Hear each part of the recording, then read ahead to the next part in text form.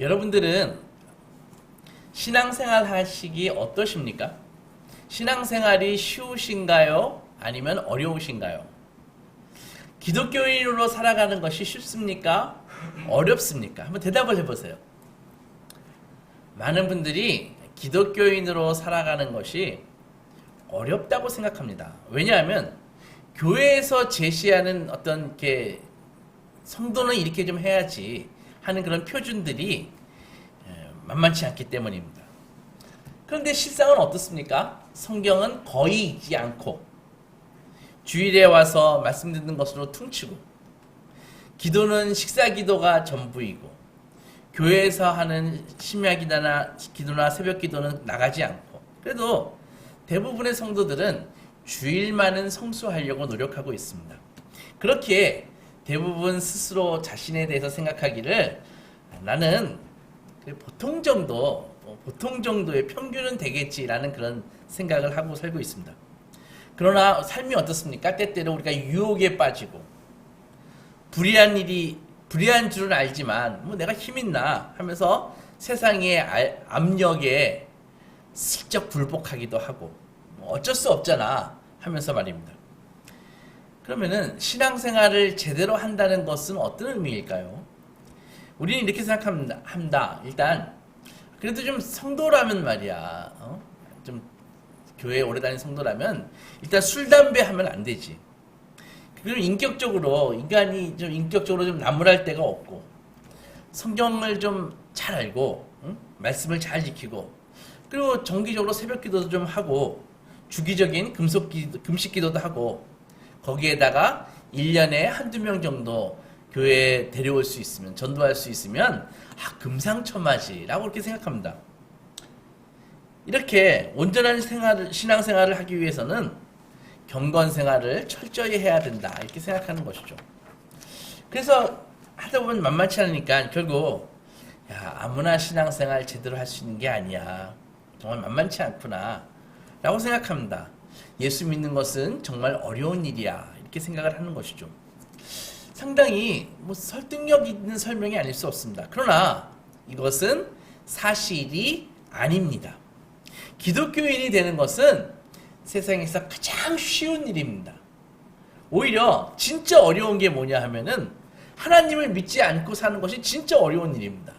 그래서 대부분의 사람들은 정말 어려운 삶을 살고 계십니다. 정말 고생 많으십니다. 오히려 왜일까요? 왜 그렇습니까? 왜 세상 사람들은 대부분 고생을 많이 하고 예수를 진짜 제대로 믿는 성도들은 정말 쉬운 길을 갈까요? 왜 그럴까요? 그것은 하나님이 이 세상을 만드신 분이 바로 하나님이시기 때문입니다. 왜냐하면 하나님은 이 세상을 하나님의 자녀가 살기에 편하도록 디자인하시고 설계하시고 그렇게 운영하시기 때문입니다. 그래서 하나님의 자녀가 되는 것이 가장 편안하고 가장 쉽고 가장 행복하게 사는 길입니다. 오히려 그냥 태어난 그대로 회심 없이 자연인이죠. 그죠? 자연인. 회심 없이 그냥 세상의 자식이 되어 사는 것이 훨씬 어렵고 힘든 일입니다. 왜냐하면은 모든 걸 지가 다 해결해야 되니까. 해결되지도 않죠. 그렇게 살면 어떻습니까? 결론이 똑같습니다. 그렇게 사는 삶에 대해서 결론을 누가 정확하게 봤습니까? 바로 불교가 정확하게 봤습니다. 인생은 고통의 바다에서 허우적거리면서 사는 거야. 그것입니다. 불교가 아주 정확하게 삶을 봤습니다. 이것이 인생이고 세상이다. 고통의 바다. 인생이란 그런 거야. 정확하게 본 것입니다. 그러나 세상을 창조하신 하나님은 이 고통의 바다를 그대로 방치하지 않으셨습니다. 그리고 역사하시죠. 예수님을 보내서 이 땅에 구원을 이루셨습니다. 지금은 예수님의 영이신 성령 하나님께서 우리에게 하나님을 예배하는 목적을 주시고 예수의 제자가 되는 은혜로 충만한 삶을 살도록 하셨습니다. 쉬운 예를 들어보겠습니다. 예수님의 제자가 되는 것은 무엇일까요? 바로 어떤 것을 깨닫는 것이 예수님의 제자가 되는 것인데, 그게 뭐냐면은 예수님과 함께 인생길을 걷는 것이 행복하고 편안한 길임을 깨닫는 것이 예수님의 제자가 하는 일이라고요. 동시에 예수님을 배제하고 사는 길은 정말 고생이구나, 요즘 말로 개고생이구나, 이것을 깨닫는 것이 바로 제자의 삶입니다. 따라서 예수의 제자가 되지 않고 주님을 믿지 않으면 인생이 고달픈 것입니다. 예수의 제자가 철저히 되는 것만큼 그분은 쉽고 편안한 길에 가는 것이고, 자기가 얼마나 잔머리 굴리고 대충 불순종하면서 사는 만큼 고생하면서 사는 것입니다. 해마다 새해가 되면은 복을 생각하게 되죠. 왜냐하면 사람들이 새해 인사로 새해 복 많이 받으세요, 새해 복 많이 받으세요 하면서 덕담을 주고받기 때문입니다. 아름다운 인사죠. 그러나 복이 무엇입니까? 복이란 행복한 상태잖아요. 그죠? 행복한 상태일 텐데 내가 어떤 조건을 갖추면 행복한 상태로 젖어들게 될까요? 오늘 성경인 시편 128편은 이렇게 약속합니다. 여호와를 경외하며 그 도를 걷는 자마다 복이 있도다. 네 손이 수고한 대로 먹을 것이다.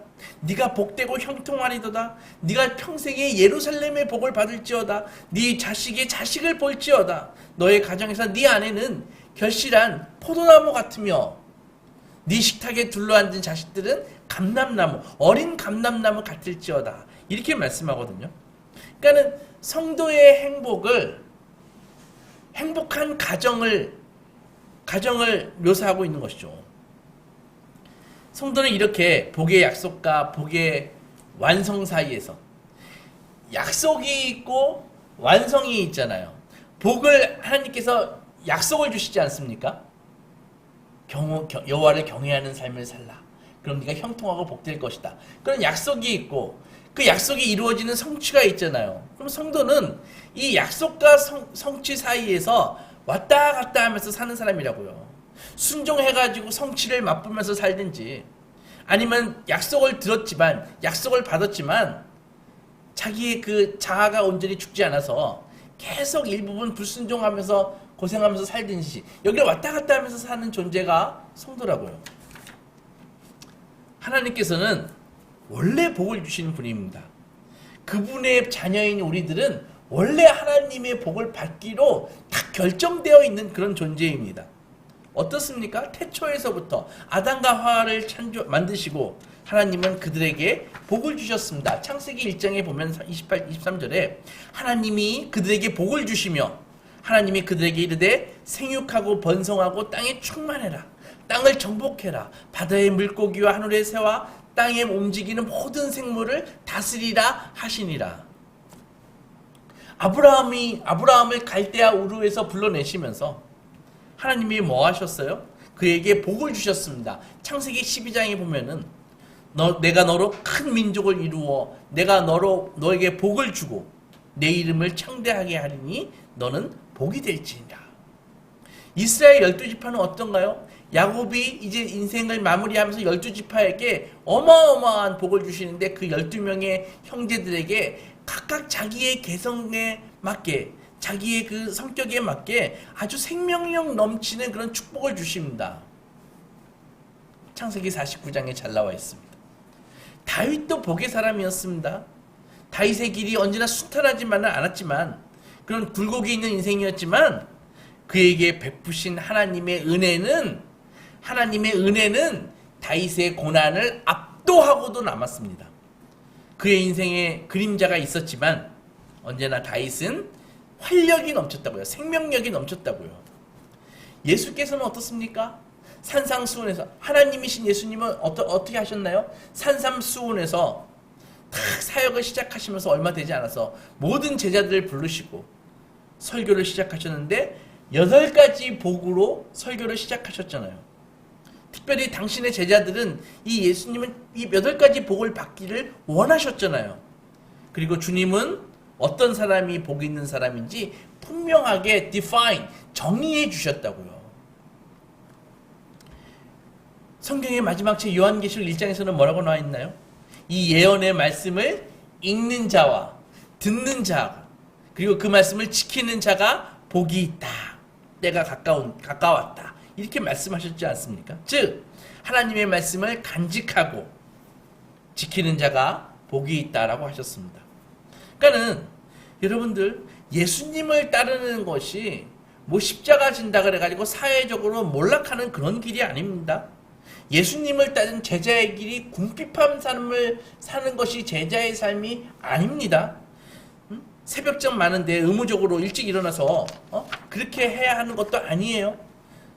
제자가 되기 전보다 제자가 된 다음에 내 인생이 다운그레이드, 질 떨어지는 것이 아닌 것입니다.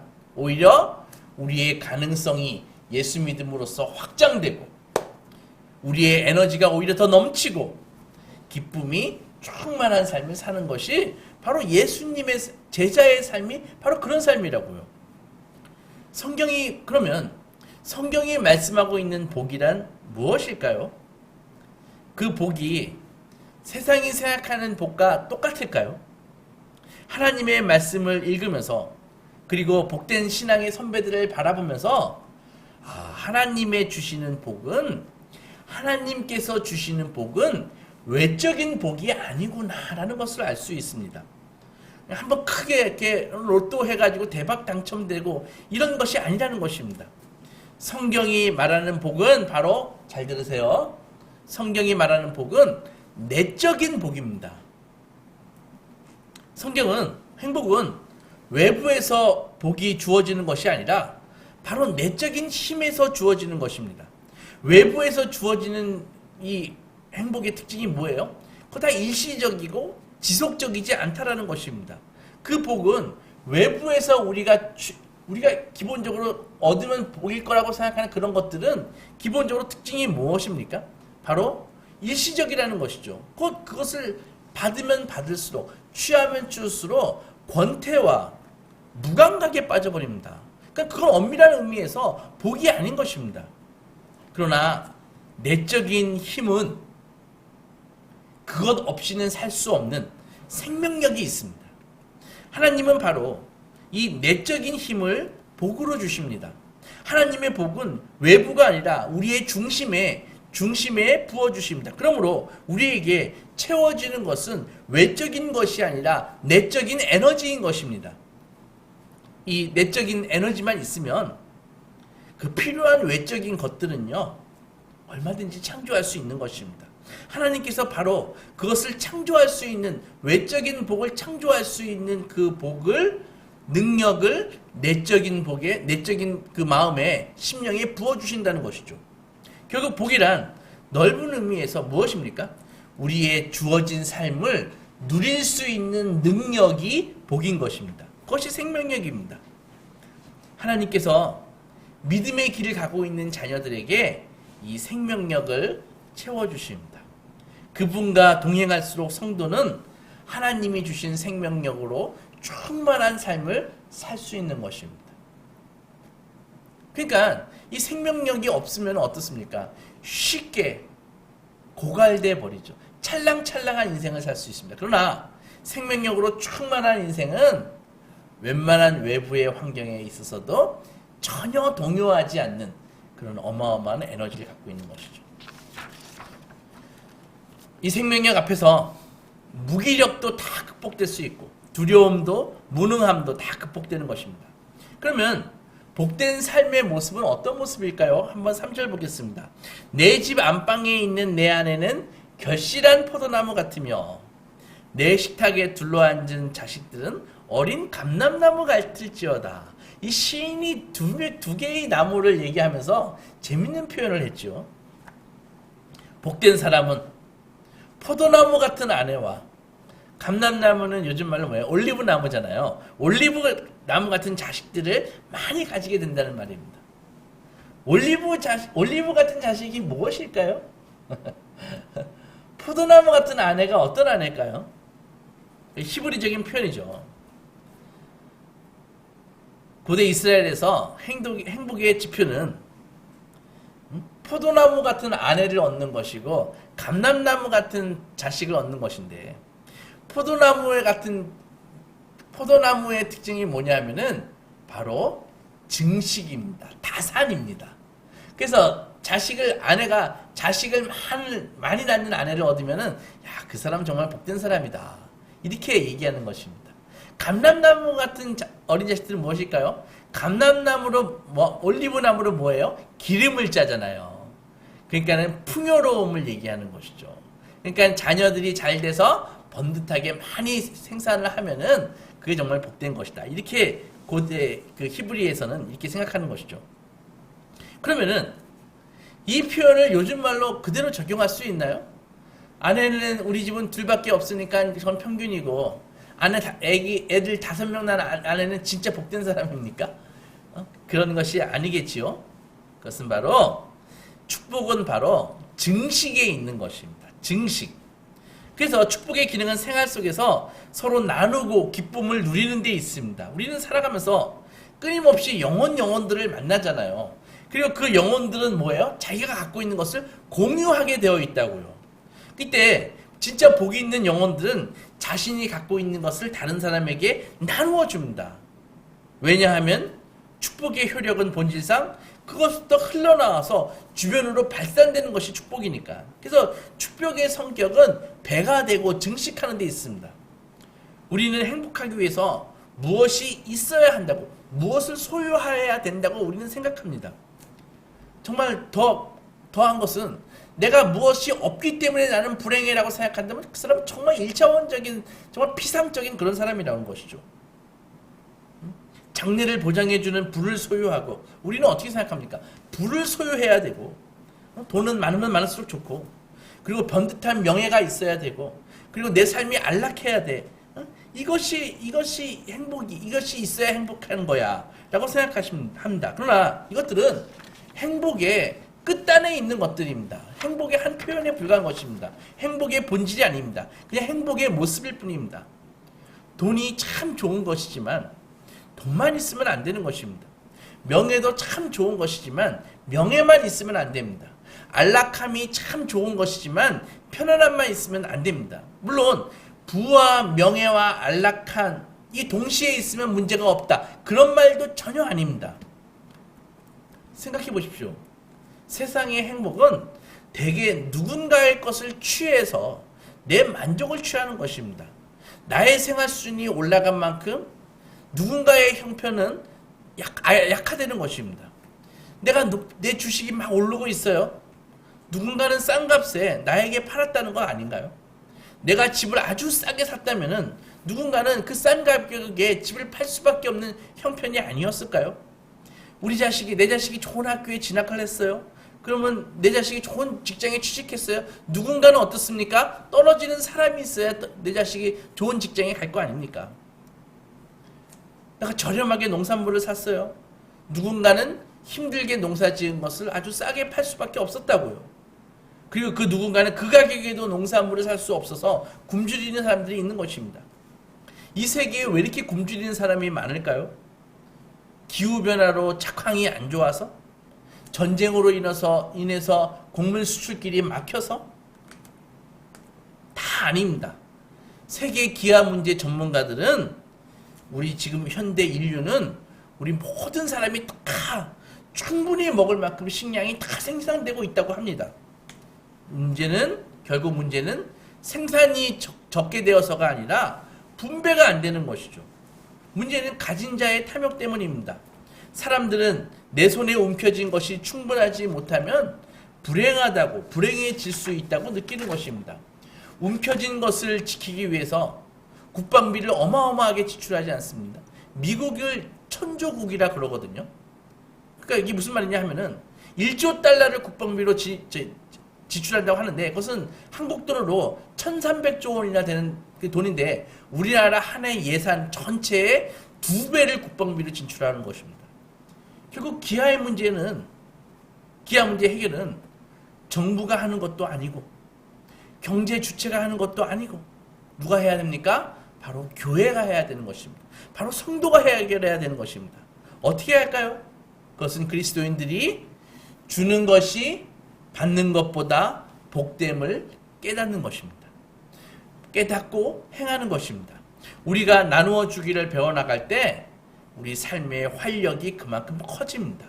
우리는 주변의 사람들은 그렇게 우리가 나누어 줄 때 어떻게 돼요? 주변의 사람들이 결실한 포도나무가 됩니다. 우리 식탁에 둘린 감람나무가 되는 것입니다. 성도의 길에는 물론 고난이 있을 수 있습니다. 그렇다고 믿음의 길에 역경이 반드시 따르는 것도 아닙니다. 세상은 하나님의 존재를 부정하고 하나님의 통치를 무력화하고 말량한 이성과 과학적으로 신앙에 도전하고 있습니다. 그런 세상 속에서 우리 시대의 자식이 된 우리는 이미 죄된 세상에 노출되어 있습니다. 자본이 주인이 되어서 만들어내는 이 시대 정신에, 이 자본주의 정신에 우리 모두는 성도라 할지라도 어느 정도 다 오염되어 있다고요. 부정할 수 없습니다. 마귀는 이때 우리로 하여금 하나님의 뜻을 거스르도록 유혹하고 시험하는 반역자인 것입니다. 우리는 이것을 명확하게 인식하고 싸워야 됩니다. 우리는 그래서 성도는 전투 중입니다. 믿음의 싸움을 계속 경주해야 되는 것입니다. 하나님은 주님께서는 이 길을 먼저 가셨고 성령 하나님께서는 아직도 비록 이 악한 세상이지만 아직도 바알에게 무릎을 꿇지 한 7,000명의 주님의 제자들을 남겨두셨습니다. 이 길이 승리의 길입니다. 지루하지 않습니다. 성도는 결코 절망하지도 않습니다. 그리고 혼돈스러운 길이 아니라 명료한 복의 길입니다. 이런 복의 길을 어떻게 갈까요? 어렵지 않습니다. 그냥 그리스도인이 되어서 믿음의 삶을 시작하기만 하면 됩니다. 창세기 1장 1절 믿음으로써 이것을 받아들이면 됩니다. 태초에 하나님이 천지를 창조하셨다. 여기서 이것이 출발점입니다. 그리고 우주를 창조하신 하나님은 요한복음 3장 16절 우리를 이처럼 사랑하셔서 독생자를 예수를 당신의 아들을 이 땅에 보내셔서 우리의 구원을 이루셨습니다. 이것을 믿으면 됩니다. 그리고 하나님의 독생자 예수 그리스도를 통해서 우리는 하나님을 만날 수 있음을 깨달으면 됩니다. 이것이 믿음의 길입니다. 이 길이 복된 길입니다. 오늘 시편은 한마디로 여호와를 경외하며 그 길을 걷는 자마다 복이 있도다 라고 말씀하십니다. 성경은 그것을 읽는 사람이 혹은 그것을 듣는 사람이 믿는 사람인지 아닌지 관심이 없습니다. 당연히 하나님은 계시고 하나님은 믿는다 라는 것을 전제하고 이야기합니다. 그래서 문제는 뭡니까? 어떻게 하나님을 섬기느냐, 그것에 초점이 맞추어져 있는 것입니다. 성경은 절대로 인간하고 논쟁하지 않습니다. 하나님이 진짜 계시나 안 계시나 이런 거 논쟁하지 않습니다. 이미 창세기 1장부터 너희가 밟고 있는 이 세상은 하나님이 창조하신 것이야 딱 선언하고 거기서부터 출발하는 것이죠. 창조주 하나님을 거룩하고 존엄하시며 경이로우신 하나님으로 받아들이는지, 아니면 우리의 인간의 20cm도 안 되는 이 직경의 머리를 가지고 하나님을 그것으로 판단하고 그것에 꾸겨 넣으려고 하는지, 내가 이해되지 않으면 없는 거야, 난 거부해 라는 그런 교만한 자세를 갖고 있는지, 그것이 중요한 것이죠. 만약 그렇다면 우리는 창조주 하나님과 십자가의 그리스도가 아니라 우리의 기대와 욕망을 투영한 우상을 섬기는 존재일 뿐인 것입니다. 하나님은 하나님을 만만하게 대하는 이런 신성 모독으로 정말 오랫동안 수모를 당하셨습니다.